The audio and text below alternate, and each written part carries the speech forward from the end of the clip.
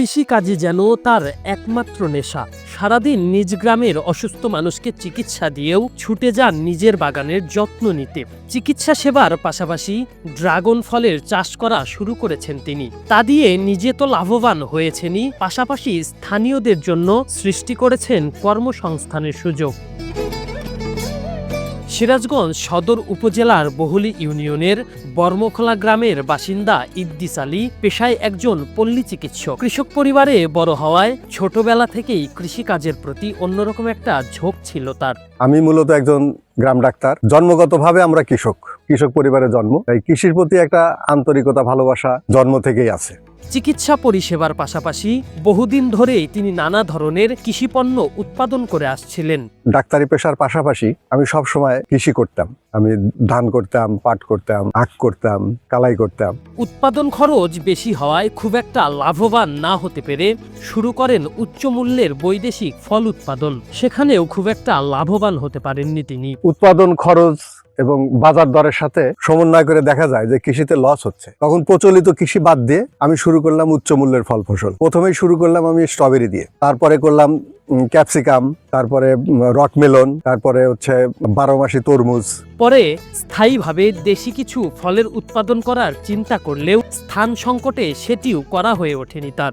আম, কাঁঠাল, নারিকেল, শরীফা, সবেদা, অনেক ফল আছে যেগুলো একবার গাছ লাগালেই বারবার ফল পাওয়া যায়। কিন্তু এই বাগান করতে গেলে অনেক বেশি জমির দরকার, যে পরিমাণ জমি আমাদের এলাকায় নাই। তাই শেষ পর্যন্ত চিন্তা করলাম যে অল্প জমি থেকে বেশি আয় করার মতো ফসল একটাই ফল আছে, সেটা হচ্ছে ড্রাগন। প্রায় 2 বছর গবেষণা করার পর তিনি ড্রাগন ফলের চাষ শুরু করেন। এরপর তাকে আর পেছনে ফিরে তাকাতে হয়নি। দীর্ঘদিন ড্রাগনের পিছনে থেকে আমি 2 বছর একটা বাগানে মার্কিং করে করে চারা নিয়ে এসে বাউ 3 জাতের চারা দিয়ে আমি আমার এই বাগানটা সাজাইছি।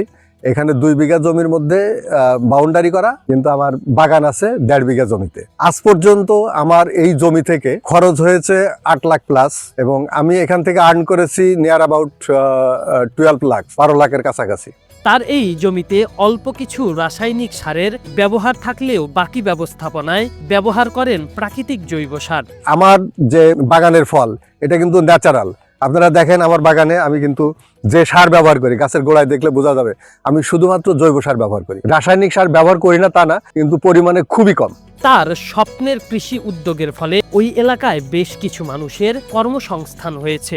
নিয়মিত আমরা 5-7 জন মানুষ এখানে বাগান হওয়া আমরা কাজ করে খাইতেছি এবং ভালো উপকার হইতেছে। অনেকেই পরিপূর্ণ পরিকল্পনা এবং ব্যবস্থাপনা ছাড়া ড্রাগন ফলের চাষ শুরু করলেও মাঝপথে তাদের থেমে যেতে হয়, যার অন্যতম কারণ সঠিকভাবে পরিচর্যা করতে না জানা এবং সঠিক জাতের চারা গাছ না চেনা।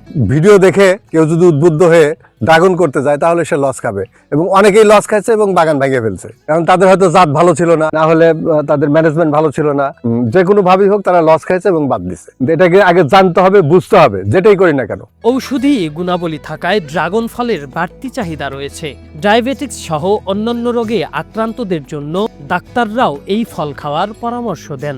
এই ফলটা হেলথ বেনিফিটেড, এটাতে প্রচুর পরিমাণ ঔষধি গুণ সম্পূর্ণ একটা ফল, যেটা ডাক্তাররা সাজেশন দিচ্ছে হার্টের রোগীদেরকে, ডাক্তাররা সাজেশন দিচ্ছে ডায়াবেটিসের রোগীরা যারা ফল খাইতে পারে না কোনো ফলই, তাদের জন্য ড্রাগন ফল অত্যন্ত উপকারী এবং উপযোগী। কিছু কিছু চাষি বেশি ফলনের আশায় রাসায়নিক সার ব্যবহার করে থাকেন, যা এই ফলের গুণগত মান নষ্ট করার পাশাপাশি স্বাস্থ্য ঝুঁকিও বাড়ায়। তবে নতুন চাষিদের এই ধরনের রাসায়নিক সার জমিতে ব্যবহার করা থেকে বিরত থাকতে বলছেন এই জেলার কৃষি বিশেষজ্ঞরা। পাশাপাশি যথাযথ প্রশিক্ষণ ছাড়া এমন ফল চাষে আগ্রহী না হতে আহ্বান জানান। বাংলাদেশের বিভিন্ন জায়গায় বিশেষত বিভিন্ন জেলায় বাণিজ্যিক আকারে ড্রাগন ফল চাষ হচ্ছে। তারই ধারাবাহিকতায় আমাদের সিরাজগঞ্জ জেলাতেও এই ড্রাগনের চাষাবাদ শুরু হয়েছে। যদিও উল্লেখযোগ্য আকারে না, মোটামুটি 6.5 হেক্টর জমিতে জেলায় ড্রাগন চাষ হচ্ছে বর্তমানে। কৃষি সম্প্রসারণ অধিদপ্তরের পক্ষ থেকে ড্রাগন চাষীদেরকে বিভিন্নভাবে উৎসাহিত করা হয়। বিশেষত আমাদের হর্টিকালচার যে শাখাটি আছে, হর্টিকালচার উইং থেকে বিভিন্নভাবে প্রদর্শনী দেওয়া হয়েছে এই ড্রাগন ফলের। আমরা কৃষক ভাইদেরকে উন্নত জাত এবং পরিচর্যার বিষয়গুলো প্রধানত তাদেরকে পরামর্শ দিয়ে থাকি এবং সেই সাথে কৃষক ভাইদের অনুরোধ জানাই যে ড্রাগন চাষ করতে গিয়ে অধিক ফলনের লাভের বা আশায় আমরা বিভিন্ন ধরনের নিষিদ্ধ টনিক ব্যবহার করি, কীটনাশক। এটির কারণে ড্রাগনের মানে আকৃতি বড় হয়ে যায়, যার কারণে এবং ভিতরে এবং বাহিরে যে ফলের যে সামঞ্জস্য সেটি থাকে না এবং ভোক্তার কাছে বাজার মূল্য কমে যায়। আমরা যার কারণে এটি খুব সমৃদ্ধ এবং সম্ভাবনাময় ফল। আমরা আপনাদের মাধ্যমে কৃষক ভাইদের অনুরোধ জানাই কৃষি বিভাগের পরামর্শ ব্যতীত অন্য কোনো রাসায়নিক ব্যবহার না করা।